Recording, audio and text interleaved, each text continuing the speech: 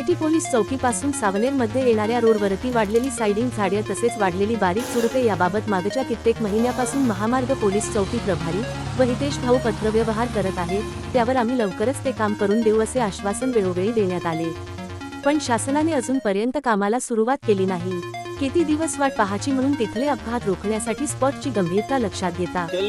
तेथील झाडे झुडपे साफ करणे व कापणे अत्यंत गरजेचे होते। त्या अनुषंगाने सकाळी 8:30 माननीय DYSP सर व PI पाटील सर, महामार्ग पोलीस यांच्या उपस्थितीमध्ये श्रमदानच्या माध्यमातून सावनेर मित्र परिवार, आम्ही सावनेरचे सेवेकरी,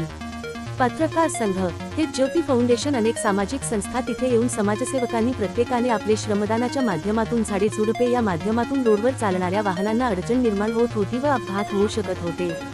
यासाठी सर्व सामाजिक कार्यकर्त्यांनी आज जे कार्य केले त्या सर्वांचे सावनेर नागरिकांकडून त्यांची प्रशंसा होत आहे। या हायवेवर जे पूर्ण झाडं वाढलेले आहेत त्याकरिता Saoner police station, KT police चौकी, हित ज्योती आधार फाउंडेशन आणि सावनेर मित्र परिवार यांच्या वतीने पूर्ण सफाई करण्याचं एक आयोजन करण्यात आलेलं आहे।